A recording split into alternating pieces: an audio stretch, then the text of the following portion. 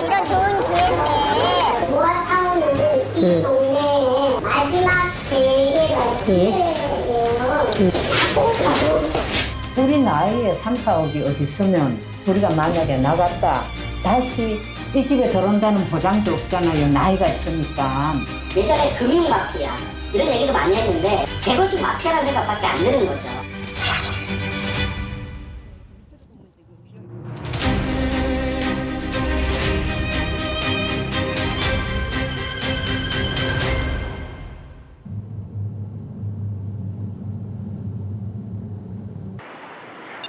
서울 서대문구 옥천동의 한 주택가. 오래된 동네의 흔한 골목길이지만 이 길에는 숨겨진 사연이 있습니다.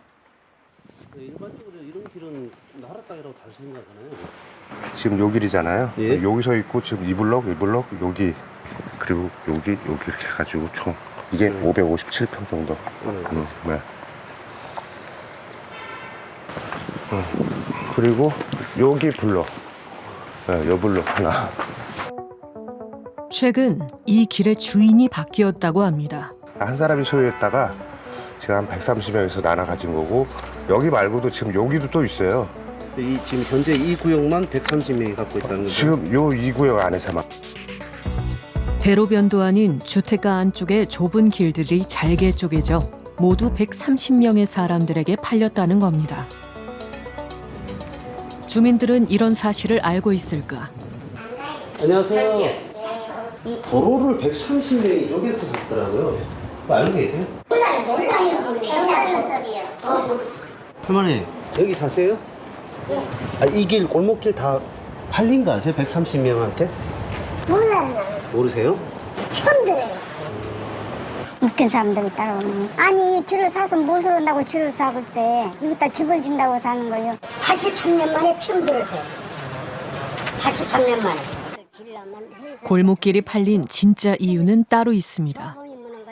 결국은 돈 벌자 내가 얘기 다녀. 여기도 개발이 된다 앞으로. 그런 가정을 하여 돈이 되거든. 만약 개발을 하게 되면 여기서 물고 있으면 아니요 100만 원 주고 샀다면 200을 줘야 되는 일이니까. 주민들이 말하는 개발이란 무엇일까?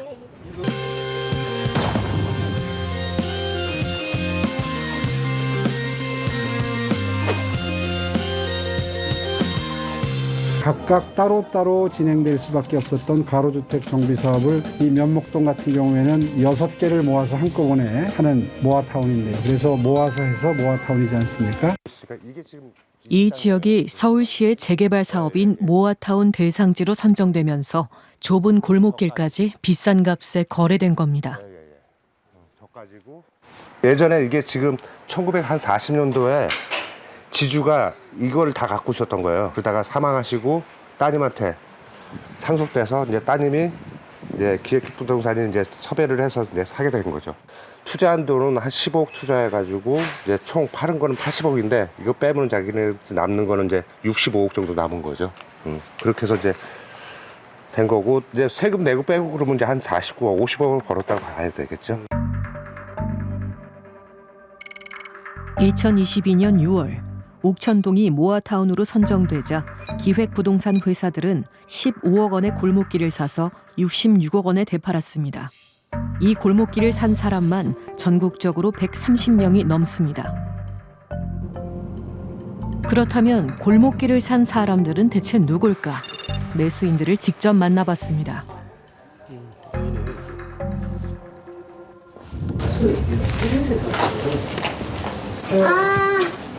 옥천동 길을 좀 사셨다는데 저 아니, 어떤 용도로 사셨는지 좀 말씀해 주시면 안 돼요? 아니 근데 제가 그 말을 꼭 해야 되는 건가요? 저는 이제 이 부분에 대해서 말씀하고 싶지 않다는 거지 지금. 글쎄 그거만 해요. 이 정보를 어떻게 알고 하셨어요? 죄송해요. 제가 들어갈게요. 죄송합니다. 등기부 등본상에 나온 소유주들은 구매 경로와 이유에 대해 말하길 꺼렸습니다. 손님은 누구예요? 손녀딸. 손녀딸? 네. 근데 손녀딸이 공무원선생님 미성년자잖아요. 예. 작년에 미성년자 있잖아요. 예예. 옥천도에 길을 샀더라고요. 1,000만 원. 아이 그 엄마가 샀을걸? 엄마가? 엄마가 산 거야. 구매자들은 골목길을 어떻게 알고 사게 된 것일까? 아, 예, 안녕하세요. 저 KBS의 이충 PD라고 합니다. 네. 옥천동에 길을 사셨잖아요. 지분 쪼개기로. 예. 그 따님 앞으로 사셨잖아요. 예. 본인 이름은 안 하고 딸로 사셨어요? 아, 1,000만 원밖에 안 하니까. 그럼 제가 1,000만 원 들여가지고 샀다가 예. 그게 뭐 2, 3천이라도 받으면은 그렇잖아요. 그죠? 아니 이게 좀 선생님 보시기에 좀 값어치가 있다고 보세요? 있죠. 개발이 되면. 기획부동산의 소개로 골목길을 구매했다는 사람들. 해당 업체를 찾아가 봤습니다. 아, 지금 안녕하세요. 저 KBS에서 나왔는데 회사를 좀 찾는데 여기 주소상에는 지금 이 801호에 돼 있더라고요. 저는 잘 모르겠어요. 선생님 얼마나 써 계셨어요? 저는 한 1년 반 넘은 것 같은데. 골목길을 판 기획부동산 회사는 수도권에 모두 9곳. 여기가 소국 오피스예요. 예. 그래서 저희가 다른 분이 어떻게 했는지는 잘 몰라요. 아, 그럼 이 회사가 지금 위치는 여기 맞는 거죠? 네네 맞아요. 아, 그럼 선생님 언제 들어오셨어요? 저 한 3년 됐는데. 회사를 찾아가도 직원들을 만나기란 쉽지 않았습니다. 어렵게 수소문에 찾아간 또 다른 기획부동산.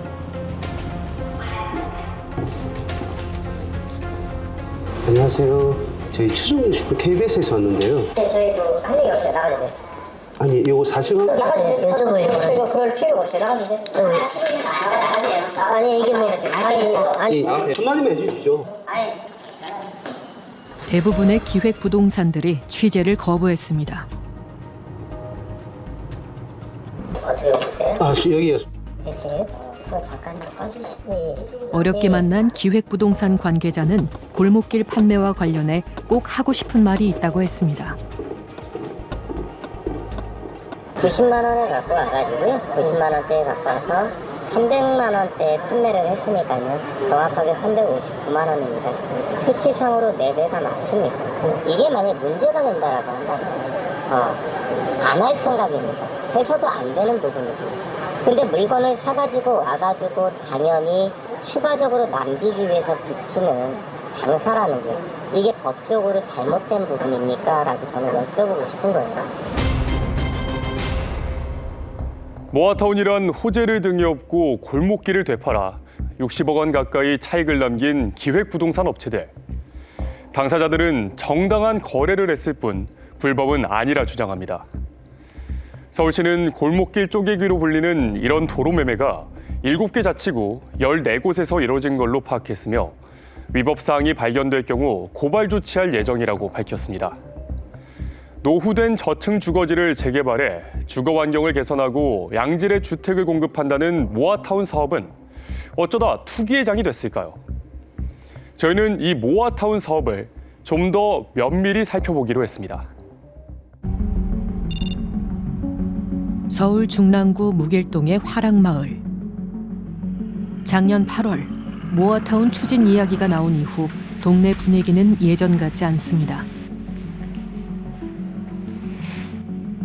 모아타운 사업을 찬성하는 주민들과 반대하는 주민들 간의 의견 차이가 크기 때문입니다. 그냥 여기 들어올 때는 그냥 여기 살기 편안하니까 살다가 가려고 들어왔는데 이렇게 심란하게 이런 거 붙이고 이러니까 심란해요, 사는 게. 그냥 사는 건 여기가 편안하고 좋아요. 처음에 동에서 바다로 다닐 때만 해도 사람들이 똑같죠. 다른데 말 안 할게요. 우리가 사는 그 동만 해도 좋다고 그냥 뭐 우리가 뭐 떼돈 벌겠다는 식으로 얘기해서 좋다고 떼돈 같은 거다. 거저 안 되면 다행이에요. 화랑마을에서만 18년째. 다세대 주택에 사는 김미애 씨도 혹시나 모아타운이 진행되는 것은 아닌지 불안하기만 합니다. 통장이라고 쫓아온 거예요. 통장이라고 그래서 문을 열어줬더니 이 한쪽 손에 모아타운 서류가 있더라고. 그래서 안 한다고 가시라고. 아우 얘기나 좀 들어보라고 막 그러더라고. 그래서 안 한다고 막 한 번은 막 안 해주면 쫓겨난다고는 식으로 얘기하고 막 그래. 그때는 엄청 막 전화상으로 막 원성을 높였죠. 왜 내 집이 쫓겨나냐고.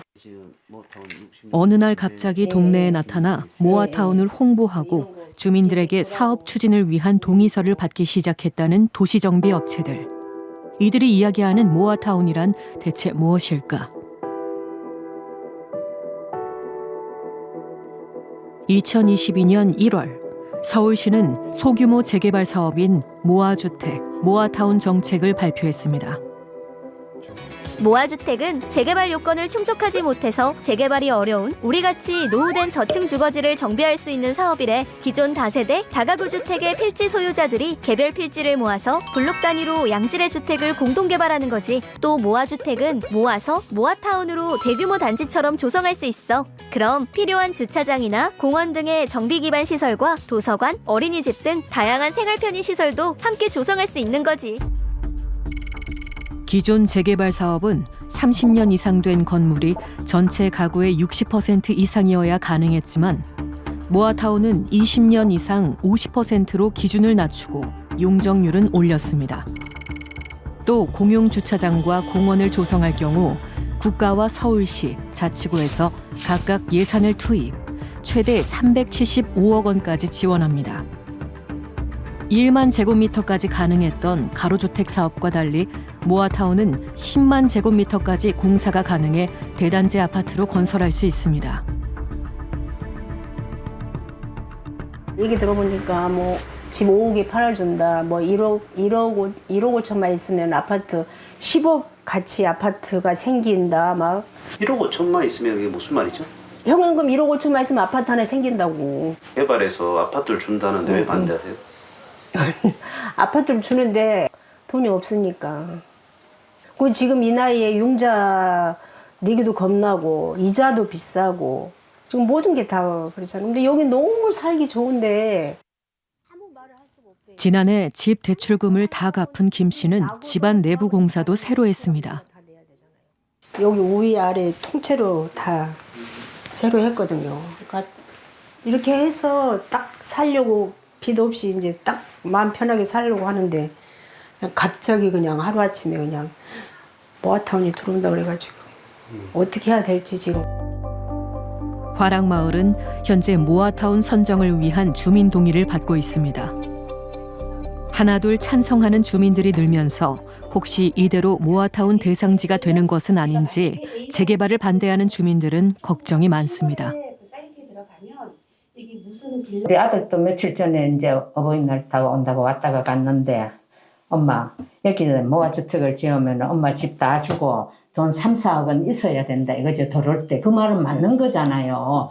우리 나이에 3, 4억이 어디 있으면 우리가 만약에 나갔다 다시 이 집에 들어온다는 보장도 없잖아요. 나이가 있으니까. 그래서 반대하는 거죠.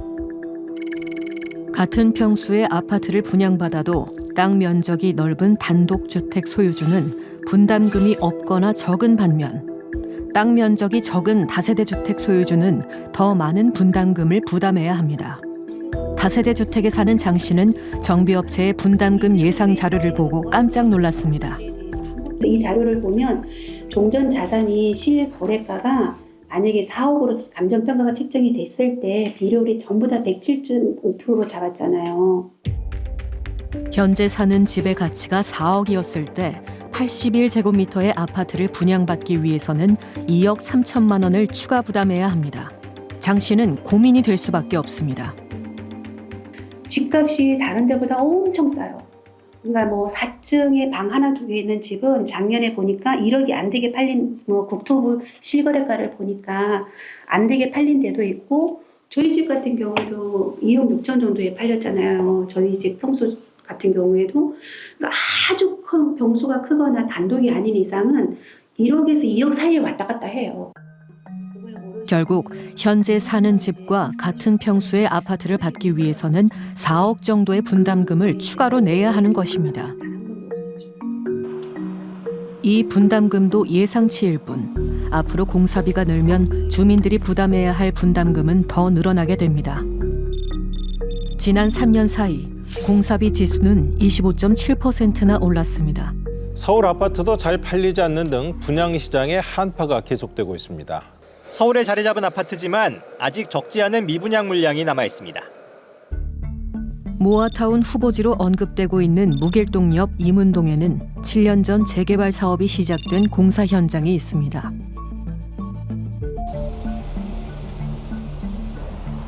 지하철역과 가까운 공사 현장에는 41층 규모의 아파트가 지어지고 있습니다. 저기 지금 지하철역에서 이렇게 올라오면 이 도로변의 양쪽에 다 재개발 지금 아파트 공사 현장이네요. 총 4,321가구가 분양되는 대단지 아파트. 공사가 한창이지만 이 아파트 중 일부는 아직도 미분양 상태라고 합니다. 분양이 안 된 까닭은 무엇일까? 안녕하세요, 선생님. KBS에서 왔는데요. 참구역에는 두 군이 뭐 1단지, 2단지, 3단지가 있어요. 그 3단지는 타운하우스로 이렇게 진행을 하는데 타운하우스가 그게 이제 미분양되어 있는 상태죠. 일반 아파트 값보다 약 한 1억 정도 비싸게 분양을 했어요. 그러니까 이제 이쪽이 비싸다고 막 한 이유가 12억대인데 그게 한 13억대 정도 됐단 말이에요. 13억 정도. 그러다 보니까 분양가가 비싸다 이렇게 막 그 외치에서 나오려는데. 지하철역과 가까운 1, 2단지와 달리 역에서 먼 3단지는 현재 100여 세대가 미분양 중입니다. 재개발을 해도 분양이 안 되는 아파트를 본 주민들은 불안한 마음이 큽니다. 모아타운 승인이 물러가라 물러가라 물러가라 아름다운 화랑마을 지켜내자 지켜내자 지켜내자. 모아타운을 막기 위한 반대 동의서를 받고 있습니다. 모아타운 그거 반대하신다고 그때 하셨잖아요. 네? 반대하신다고 하셨잖아요. 이거 반대하신 거 쓰셔야 되는데 종이. 쓰셔야지 우리가 구청에다 제출을 해. 이거 집 앞에 붙이시고. 현재 화랑마을은 주민 제한 방식으로 사업을 진행 중이지만 사람들은 사업을 제안한 주민이 누군지도 모르겠다 말합니다. 그냥 내 집이다 자고 왔다 갔다. 분명히 앞에서 사회자는 주민 제한이라고 말을 하는데 제한한 주민도 안 나오고 그리고 제한한 주민이 저희한테 뭐 이렇게 사업 설명 같은 걸 해야지 되잖아요. 다 빠져 있고 여기 개발업체가 주관을 해서 사회를 보고 뭐 건설사니 시행사니 뭐 앞으로 어떻게 꾸밀 것이니 이런 뭐 아파트가 들어가면 화장실이 2개고 이런 식으로 계속 말을 해서 개발업체는 빠져라. 주민 제한이니까 제한한 주민하고 반대하는 주민을 만나야 되지 않겠냐. 그랬더니 알려줄 수 없다. 주민들에게 찬성 동의서를 받았던 도시정비업체를 찾았지만 사무실은 닫혀 있습니다. 아니 두 분이나 왔는데 안 계셨어요? 전화해보면 전화번호 저기 있잖아요. 어떻게 되세요, 여기? 준비위원장이. 위원장이세요? 네. 아, 제 KBS에서 나왔는데요. 방송국에 나와서 나 따지는 거지 뭐. 사실 이게 선생님한테 여쭤보잖아요. 물어볼 자격이 없잖아요 너한테. 그리고 주민들을 저희가 인터뷰 물어봤는데. 아니 개발위원회 있잖아요. 지금요 우리 이상한 일이 있는데 이상한 반대파가 있고 예예. 반대파가 몇 층이 가지고 이렇게 막 흑면에 뜯어다녀요. 예예. 무엇이 사실과 다르다는 것일까? 도시정비업체 입장을 들어봤습니다. 앞으로의 그 감정평가라든지 그 금액도 모르지만 그리고 또 우리가 이제 분양가라든지 이런 걸 지금은 저희가 사실은 산출하기가 좀 어렵잖아요. 예를 들어 감정가를 탁감이라도 돌려보던 아니면 뭐 비례율 따져서 저희가 이제 그 분담 뭐 대략적으로 그런 거를 좀 따져보든 뭐를 할 텐데 이게 서울시 들어가서 될지 안 될지 아직 정확하게 모르는 상태에서 그거를 얘기를 하니까 저희 같은 경우는 사실 답답한 거죠. 이 모아타운이라는 일벌제잖아요. 언제 없어질지 모르는 법이. 이게 뭐 다음 달에 없어져도 이상하지 않은 법이거든요. 어떻게 보면. 그래서 이제 이때 빨리 하고 이제 추진하자. 뭐 이때 아니면 또 이제 언제 또 노후도 안 되는데 이제 또 언제 개발을 할 수 있겠느냐라는 시대에서 하는 것이고. 모아타운 대상지로 선정된 지역은 총 93곳. 서울시는 모아타운을 앞으로 100곳까지 늘리겠다 밝힌 바 있습니다. 다른 지역의 상황은 어떨까? 강북구 번동은 서울시가 지정한 모아타운 시범사업지로 현재 조합이 설립되어 주민들 대부분이 이주한 상태입니다. 곧 철거를 앞둔 동네는 버려진 쓰레기와 빈집들만 남아 있습니다. 이거 다 나갔네요. 현재 뭐 다 이주를 했네요. 여기 다 이주했어요. 동네가 텅 비었네요 지금. 재개발 구역 내의 상가는 아직도 몇몇 가게들이 영업 중입니다. 이 중식당도 곧 매장을 비워줘야 한다고 합니다. 제가 9월 30일 날 이제 이주 확정일 날짜를 썼기 때문에 그 날짜에 이제 지나면은 강제 이주를 당해야 될지 아니면 버틸 수 있을지를 잘 모르겠어요. 그래서 항상 불안해요. 다른 가게들도 조합 측으로부터 이주 날짜를 확정짓고 가게를 비워달라 요구받았습니다. 하지만 보증금과 이주 비용을 아직 받지 못한 세입자들은 조합 측이 제시한 서류에 중요한 내용이 빠져 있다 말합니다. 여기 보시면은 이 공문 맨 앞에 보상 금액을 이렇게 명시해 놨어요. 이 금액을 명시해 놓으니까 세입자들 입장에서는 아, 이만큼 보상금을 주는구나 라고 생각을 했을 겁니다, 분명히. 근데 자세히 보시면은 이 공문에 어디에도 보상금을 언제 주겠다는 얘기가 없어요. 그래서 제가 조합 이주센터 사무실에 찾아가서 지급일을 확정해서 특정해서 정해주든지, 아니면 그게 어려우면은 최소한 뭐 1년이면 1년, 뭐 6개월이면 6개월 이렇게 지급 기한이라도 정해달라 라고 요구를 했는데 완전히 묵살당했습니다. 요거에 덧붙여서 나한테는 이걸 보냈더라고요. 전자소송이라는 거라. 근데 이해가 안 되는 게 내가 건물주가 아닌데 왜 나한테 명도를 하라고 하는지 난 이해를 못하겠네. 조합은 일부 세입자들에게 매장을 비우라는 인도 청구 소장을 보내기도 했습니다. 보증금도 받지 못한 세입자들은 난감하기만 합니다. 보상금 신청서를 내면서 이주 날짜를 확정해서 기재를 해놨으니까 세입자들로서는 그때 무조건 나가야 된다. 그때 안 나가면 보상금 없다라고 인식을 하고 있었어서 나가면서 당연히 건물주들한테 그러면 저희 보증금 주세요 이렇게 요청을 했단 말이죠. 지금 세입자들이 조합 얘기만 듣고 나가겠다고 날짜를 특정해서 그날 보증금을 빼달라고 하니까 건물주들 그래서 보증금 안 준 사람들도 많거든요. 저희 건물에 있던 분들도 지금 그 이주 나가신 분들이 보증금 한 푼도 못 받았습니다. 일반 재개발과 달리 모아타운은 세입자에 대한 이주비나 보상금 지급이 강제 사항은 아닙니다. 그 세입자 보상 이주비가 없이 사업자 인가를 받았어요. 저희가 인가 받은 후에 서울시에서 이제 저희를 권고 사항으로 세입자를 보상을 해주는 게 어떠냐고 해서 저희도 그걸 이제 빠르게 이주를 시키기 위해서 받아들여서 지금 이제 소송이 이제 몇 가지가 있는 게 지금 합의 중에 있기 때문에 합의가 지금 곧 끝날 거예요. 지금도 거의 99%가 지금 전부 다 이주 완료했어요. 네. 3개월 안에. 그래서 여기는 진짜 성공적인 케이스고 3년 만에 어쨌든 조합 분양과 이주를 이렇게 끝냈다는 거는 진짜 기적적이고 성공적인 일이죠. 앞서 보신 번동처럼 서울시의 심의를 거쳐 모아타운 대상지로 선정된 곳은 현재까지 총 93곳입니다. 2년 전 서울시는 2026년까지 모아타운을 100곳으로 늘리겠다 발표한 바 있습니다. 규제를 완화하고 혜택을 강화해 신속한 재개발 사업을 추진한다는 모아타운. 그런데 일부 주민들은 이 규제 완화를 틈타 모아타운으로 이득을 노리는 투기 세력이 있다 말합니다.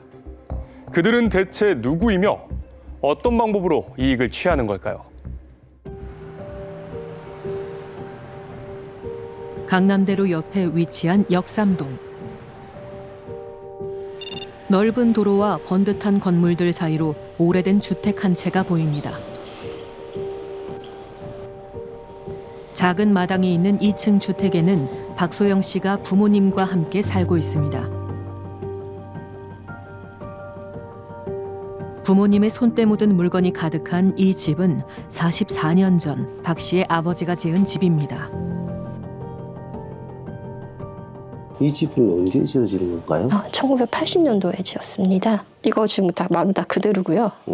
벽만 원래 처음에 벽지 있던 거 다 뜯어내고 그때 당시에 강남 택지 개발한다고 약간 여기 영동지구라 그때 그랬었어요. 1970년대 영동지구 개발 계획으로 논밭이던 땅이 택지 개발되자 아버지가 가족들이 살 집을 지은 겁니다. 처음에 지었을 때 약간 이렇게 그냥 일반 그냥 단독주택 처음엔 현관문도 이렇게 나무문이었었는데 이걸로 바꿨고 이렇게 개가 있었거든요. 뭐가 나무 그대로고. 3남매가 자란 이 집은 이제 나이 들어 몸이 불편한 부모님의 마지막 쉼터입니다.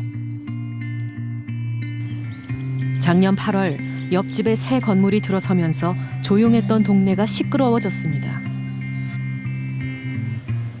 완공되고 나서 분양 홍보를 하는 것 같았는데 한 달도 채 안 돼가지고 갑자기 모아주택, 모아타운이라는 걸 하면서 같이 홍보를 하기 시작하더라고요. 그래서 저거는 뭐지? 새 건물에 들어온 도시정비 업체가 모아타운을 추진하며 주민들에게 찬성 동의서를 받기 시작한 겁니다. 하지만 강남 한복판에 있는 역삼 2동은 길도 넓고 큰 집들이 많은 데다 최근에 지어진 신축 건물도 많습니다. 이 앞에 보이는 건물은 SH에서 서울주택공사에서 지은 청년주택. 아, 요거요? 네. 2020년, 보통 다 2020년, 2021년 그때 많이 지었어요. 모아타운 후보지 안에는 지은 지 4년도 안 된 청년주택과 임대주택이 6채나 있습니다. LH? 야, 이거는 좀 충격인데 너무 새 건데. 이걸 다 허물어야 된다는 거죠, 만약에 이거 진행이 되면. 시큰 2020년 지어놓고 작년에 작년에. 이런 동네 상황을 잘 아는 주민들에게 모아타운은 생각지도 못한 일입니다.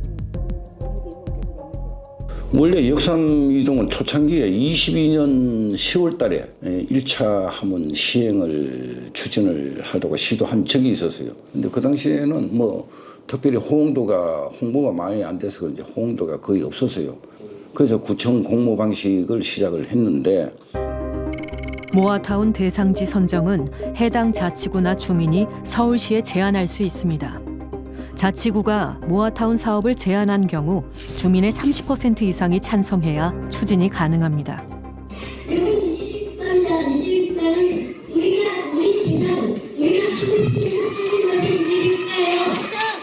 강남구는 사업을 진행하려 했지만 주민들의 반대에 부딪혔고 결국 주민 갈등과 투기 우려로 모아타운 대상에서 제외됐습니다.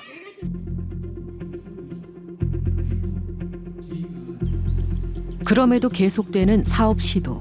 주민들은 이를 주도하는 세력이 따로 있다 말합니다. 여기 같은 경우에는 지금 보통 2022년, 2023년, 뭐 다른 건 2020년 뭐 그 정도에 지어진 건물들. 앞에는 거의 없어요. 그리고 요 시기에 조금 있다가 2023년도에 지금 거래가 확 뛰죠. 아, 그렇네요. 네. 2015년부터 조금 조짐이 보이다가 지금 2023년 네. 작년부터 확 뛰네요. 그러니까 이렇게 많이 늘어나니까는 이거는 모아타운 때문이라고밖에 설명을 할 수가 없는 거죠. 2021년 대비 3배가량 늘어난 빌라 거래. 모아타운 공모가 시작된 이후부터 거래가 활발해진 데는 석연치 않은 이유가 있다고 합니다. 빌라에 있는 사람들 몇 명만 모으면 30%가 됩니다. 한 가구에 16가구가 되거든요. 우리는 한 세대로만 돼 있어요. 사장님도 다 한 세대로 돼 있거든요. 17가구 몇 가구만 모으면 30세대가 된다는 거예요. 모아타운 사업을 위해 빌라를 매수한다는 말은 사실일까? 추진위원장을 만나봤습니다. 안녕하세요. 추진위원회 위원장님 좀 만나러 왔는데요. 눈치가 보니까 자꾸 그 소위 말하면 투기 세력이라고 하죠. 메뚜기 세력들. 이 친구들이 우리 몰랐는데 나중에 보니까 그런 친구들이 선정을 했더라고. 빌라들을. 이거 투기 세력들이 들어와 있다. 이제 그런 거를 이제 인식을 했지. 좀 사업성이 있나요, 이게? 사업성 있죠. 무조건 있지. 어느 생각에도 엄마 아파트는 평당 7천원 정도 되잖아요. 그러면 33평이면 25억이라고 분양가가. 근데 시세는 35억 가잖아요. 그럼 무조건 있는 거지. 10억이 남으니까 난리 나지. 사기만 하면 10억 남는데 안 해, 왜. 주민들이. 사람들이 말하는 투기 세력이란 누구일까? 2년 전 서초구 반포 1동의 한 주택가에도 모아타운 바람이 거세게 불었습니다. 보시면 알겠지만 가칭 3구의 모아타운 추진준비위원회라고 해가지고 3월 3일 날 우편을 이렇게 온 겁니다. 이게 무슨 얘기냐 그랬더니 이제 무청에서도 그러는 겁니다. 여기다 무슨 모아타운입니까? 그런 거 걱정하지 마십시오 그랬거든요. 그런데 그 여름을 지나면서 구청장이 바뀌었어요. 구청장이 바뀌더니 갑자기 얘기가 급물살을 타는 겁니다. 모아타운을 추진하겠다 나선 주민들의 명단입니다. 주민들의 주소를 살펴본 결과 이들에게는 공통점이 있었습니다. 건물들을 저희가 조사를 해보니까 5년, 6년, 10년 요 정도밖에 안 됐습니다. 건물들이. 주택 노후도가 예, 오래 예, 밖에 안 예. 되겠네. 이게 원래 주택 아파트 같은 경우도 기본 30년이 지나고 나면 안전진단 들어가고 그러잖아요. 근데 이 동네 이제 재개발을 하겠다고 들어오는 사람들이 대부분 사람들이 이런 겁니다. 대부분의 집들이 지은 지 10년 미만 된 건물들로 6년 미만인 건물도 3채나 됩니다. 재개발이 필요한 만큼 심각한 상태인지 해당 주소지의 집을 찾아가 봤습니다. 지금 이 집은 6년 됐고, 이 집은 이거 5년 됐네. 5년. 그러니까 2년 전이니까 6년에서 일하는데 4년밖에 안 됐다. 10년도 안 된 빌라들을 허물고 아파트를 짓겠다며 모아타운을 신청한 사람들. 주민들은 모아타운을 주도하는 추진 세력이 있다 말합니다. 무슨 단톡방인가요? 이게 어떻게 보면 부동산 리딩방이라고 볼 수도 있고 갭투기방이라고 볼 수 있고 이 서울과 경기 지역을 대상으로 하는 그런 방이더라고요. 단체 대화방을 통해 서울 각 지역의 모아타운 정보를 공유하고 투자를 논의한다는 사람들. 대화방에서는 다양한 지역의 모아타운 정보들이 공유되고 있었습니다. 그 중심에는 김 회장이라는 인물이 있다고 합니다. 정재윤. 선글라스 낀 사람이 이거 정재윤. 네, 그렇게 둘이 세트로 다니더라고요. 자주 모임을 갖고 있고 또 실질적으로 오프라인에서 이런 갭투기 지역에 대해서 김 회장이 찍어주면은 추가적으로 투자를 하고 그런 식으로 운영이 되고 있더라고요. 부동산 전문가로 불리며 모아타운 지역에 전문적으로 투자한다는 김 회장과 그의 지인 정 씨.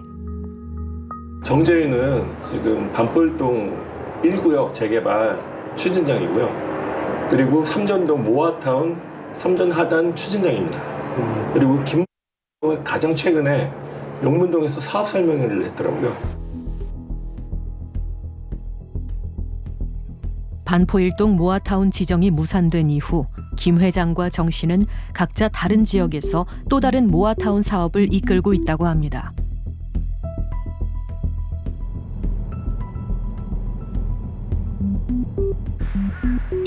한 달 전 용문동 모아타운 주민설명회장에 나타났다는 김 회장. 용산구 용문동은 최근에 추진위원회 사무실이 생기고 주민들의 동의서를 받는 중입니다. 안녕하세요. 안녕하세요. 여기 혹시 김씨 계시나요? 누구시죠? 여기 사업 설명을 주민 사업 설명회 하셨다. 어디서 오셨어요? KBS에서 왔어요. 여기 안 계세요. 무슨 일 때문에? 김나라는데 5월 19일부터 급하게 조직됐고 아직 제대로 저도 인사는 뵙지 못했는데 저희는 그 외주 업체의 밑에 직원으로서 지금 여기서 동의서를 당면해서 일을 하는 사람이기 때문에 이제 막 시작된 사업. 주민들은 김 회장에 대해 알고 있을까? 안녕하세요. KBS에서 왔는데요. 여기 모아타운 얘기하는 건데 사업 설명회 때 선글라스 끼고 김씨로 남자분 설명했죠.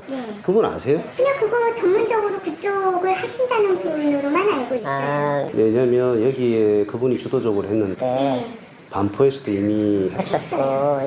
이거 어떻게 알고 계세요? 저 반포동에 살아요. 그분은 근데 여기 와서 알았어요. 거기 부동산 또 저랑 또 친한 분 계셔가지고 물어봤는데 반포동도 좀 사놨다. 거기 김씨가 젊은 남자분 하나 소개했죠 그때. 네, 반포동 뭐 무아주택 추진해서 뭐 성공적으로 마쳤다 이러면 소개를 했는데 저는 알잖아요. 성공을 못했는데 그래서 남자분이 일어나서 인사하더라고요. 반포일동에서 김 회장과 함께 활동했던 정 씨는 용문동의 주민설명회장에도 나타났다고 합니다. 송파구 삼전동. 반포일동의 모아타운 추진위원장인 정 씨는 작년 8월부터 삼전동에서도 추진준비위원장을 맡아 활발히 활동 중입니다. 정 씨를 직접 만나 자세한 이야기를 들어봤습니다. 8월 달에 제가 여기를 맡게 됐거든요. 2023년 8월 달에. 근데 8월 달에 맡고 나서 반포동에서 이제 연락이 왔던 거죠. 자기들도 여기 해주면 안 되겠느냐. 그러면 여기 2022년도에 때는 위원장님 활동 반포에서 안 하셨다는 거죠? 네, 안 했습니다. 저는 근데 나름대로 공부를 하고 있으니까 그걸 얘기해주는 역할 정도로 운영진 역할을 하고 나가고 그 모임에서 같이 나간 것은 맞습니다. 근데 뭐 반포를 뭐 어떻게 하거나 어디를 미리 선점해갖고 사갖고 뭘 어떻게 한다거나 이런 행위를 해본 적이 없다라는 거죠. 그렇다면 삼전동에서는 어떻게 모아타운 추진준비위원장까지 맡게 된 걸까? 2022년 1월에 모아타운 정책이 시작되면서 빌라가 강남 쪽에서도 재개발이 될 수 있겠구나라고 하면서 어딘가 하나를 뭐 사고 싶었던 거죠. 그래갖고 샀던 것이고. 그러니까 이제 모아주택타운의 대상지가 될 것 같다는 예상을 그렇죠. 하신 거죠? 네. 부동산 투자라고 하는 게 돈 벌려고 하는 거 아니겠습니까? 투자. 근데 주식 투자하는 거랑 저는 그게 크게 다른 바가 없다라고 생각하거든요. 어떤 정책이 나왔는데 이 정책에 맞는 지역은 이런 지역이겠구나 하고 그걸 예상하고 투자를 하는 거 아니겠습니까? 재개발이나 어떤 재정비 사업을 할 수 있는 곳은 무수히 많습니다. 근데 이제 그것을 더 좋은 곳을 찾는 눈이 좀 다른 거겠죠. 모아타운이 될 법한 지역에 외지인이 미리 빌라를 사고 사업을 주도하는 이런 상황에 대해 서울시는 알고 있을까? 일단 대상지 선정을 할 때 저희가 부동산 거래 동향을 조사를 해서 그런 투기로 볼 수 있는 이상 거래 동향이 있는 곳들은 대상지 선정에서 일단 제외는 하고 있고요.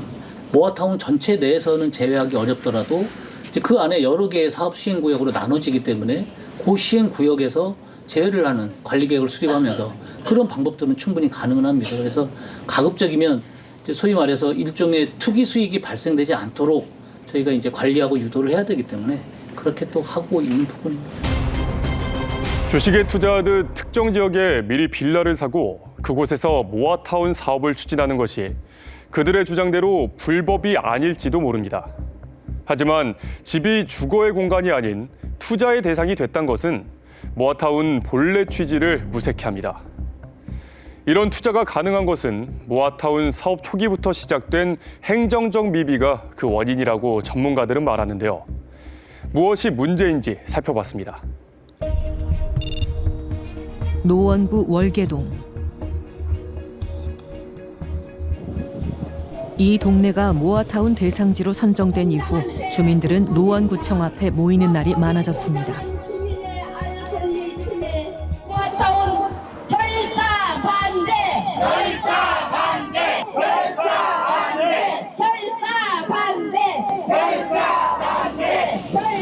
주민들 좀 살려달라고. 지금 한두 사람이 전부 세 받아먹고 새를 다 지었어요. 그 뒤쪽으로.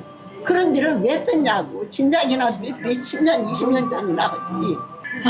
벌벌벌벌 떨리고 날이면 이걸 어떻게 해야 내가 죽어야 되나 죽여야 되나 싶은 생각이 들어가요. 우리는 지금 경찰서 끌려가도 어쩔 수가 없어. 왜냐하면 우리 생명줄이야. 이게 먹고 사는 줄이 생계가 그거 달려 있잖아요.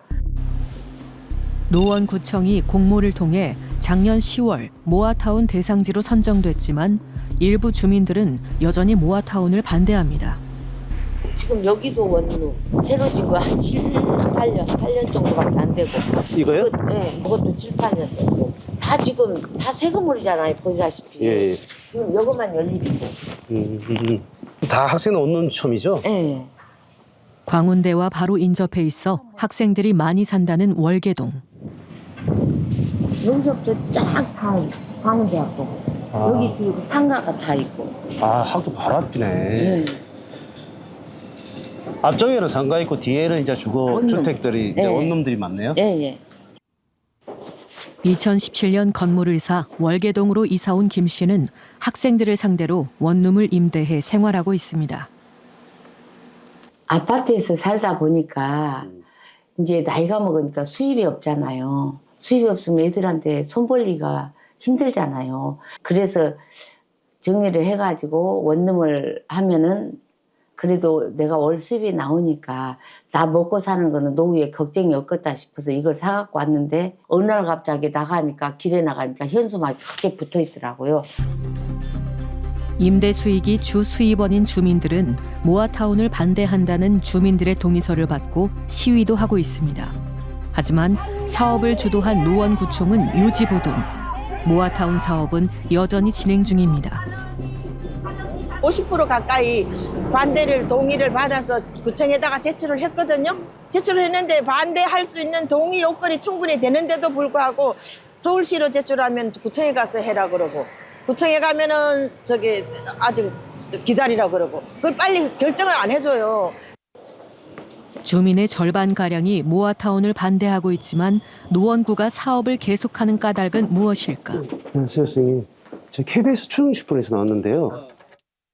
지금들 의견을 들어주는 이제 접전 얘기인데, 우리 구 입장에서는 그래도 월계동 마지막 노후된 단지를 어떻게 해도 개발할 수 있는 여건을 만들어줘야지 이걸 그대로 포기할 수는 없잖아요. 그리고 우리 구 입장도 우리가 관리계획을 수립한다고 해서 무조건 개발해라 이게 아니거든요. 관리계획 수립하고 나면은 조합을 구성한 다음에 개발을 해요. 근데 조합을 구성하려고 그러면 80% 동의가 필요한데, 그때 여러분들이 끝까지 반대하고 반대하시는 분들이 똘똘 묻히면 어차피 사업이 안 된다. 계속 안전하고 있어요. 어쨌든 뭐 지금 현재 입장에서는 이 사업을 뭐 포기한다든지 멈춘다든지 할 수는 없다. 그거는 좀 어렵죠. 자치구가 직접 서울시에 모아타운 사업을 제안하는 자치구 공모의 경우 주민의 30%가 사업에 동의해야 합니다. 하지만 모아타운 사업 초기 월계동이 지정될 때는 이 주민 동의 규정이 없었습니다. 주민들의 항의가 이어지자 서울시는 2023년이 돼서야 자치구 공모에도 주민 동의 30% 이상 규정을 추가했습니다. 사정이 이렇다 보니 2023년 이전에 대상지로 선정된 곳 중에는 제대로 된 주민 의견 수렴 없이 모아타운으로 선정된 곳이 많습니다. 2022년 11월 자치구 공모를 통해 모아타운 대상지가 된 강남구 일원동도 마찬가지입니다. 그전에는 그 모아타운은 신청 기준이 없었어요. 모아타운 하려고 하는 사람들이 그 이제 담당자들한테 얘기해가지고 지금 한 80%가 찬성한다. 그렇게 소문을 낸 거예요. 그래가지고 반대하는 사람은 아무도 없으니까 그렇게 해가지고 서울시 올린 거예요. 그렇게 해가지고 이게 지정이 된 건데 지정이 덜컥 되니까 이게 이제 반대하는 사람들이 정신이 드는 거예요. 아, 이거 큰일 났다. 지난 5월 일원동 모아타운에 대한 주민 설명회가 열렸습니다. 모아타운으로 선정된 이후 앞으로의 개발 방향에 대한 계획을 논의하고 주민들의 의견을 구하는 자리입니다. 관리계획안 예시하는 이제 주민 여러분들 이해를 돕고자 좀 하는 거고요. 아직 확정된 내용은 아닙니다. 또 주민들의 의견을 좀 내주시면 좀 감사하겠습니다. 모아타운 구역과 개발 계획에 대해 수차례 수정을 거쳤지만 찬반 갈등은 여전히 존재합니다.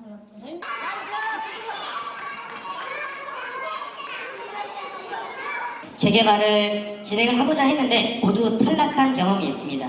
그나마 다행히도 2년 반 전에 모아타운 재개발이 어렵게 선정이 되면서 현재까지 진행되었습니다. 저는 반대하시는 분들께 여쭙고 싶습니다. 모아타운이 아니면 어떤 대안이 있는지 묻고 싶습니다. 조용히 하세요. 아이들 많으세요. 알았어요. 급기야 몸싸움까지 벌어집니다. 이거 신고하세요. 이거 신고하세요. 신고하세요. 충분하게 의견을 드릴 테니까요. 좀 하시고, 예?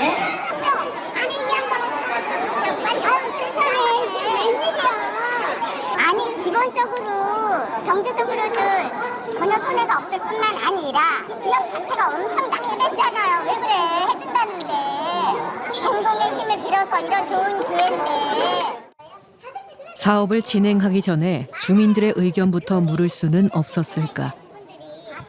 구청에서 서울시에다가 대상지로 선정 공모를 한 거예요? 공모 신청을 주민 의견, 그때는 주민 의견이 의미가 없나요? 그때는 법적으로 주민 동의가 필요하진 않았습니다. 서울시가 그 신청을 하라고 했을 때 주민 동의 요건이 없었고요. 지금은 있습니다.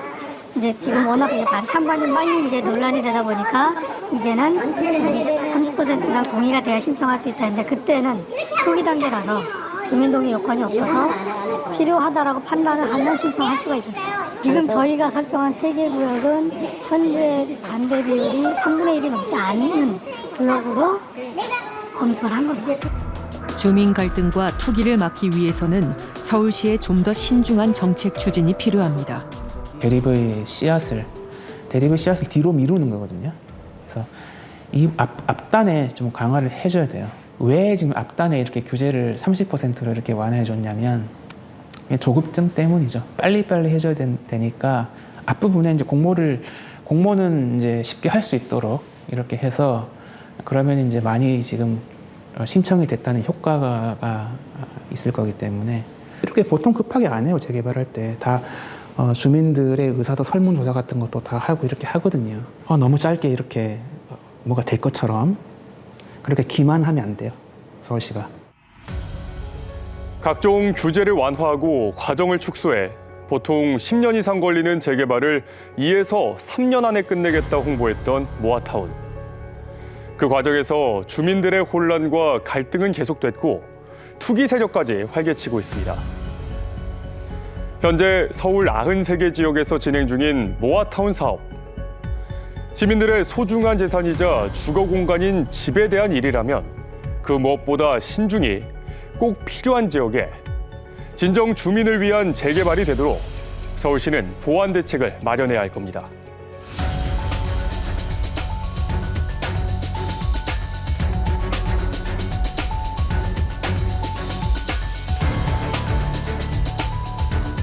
(539만 9천 원의 이제 평당 공사비로 이제 책정을 해서 계약을 하게 되었습니다. 지금 한 3년 정도 지났는데 926만 원을 이제 평당 공사비로 이제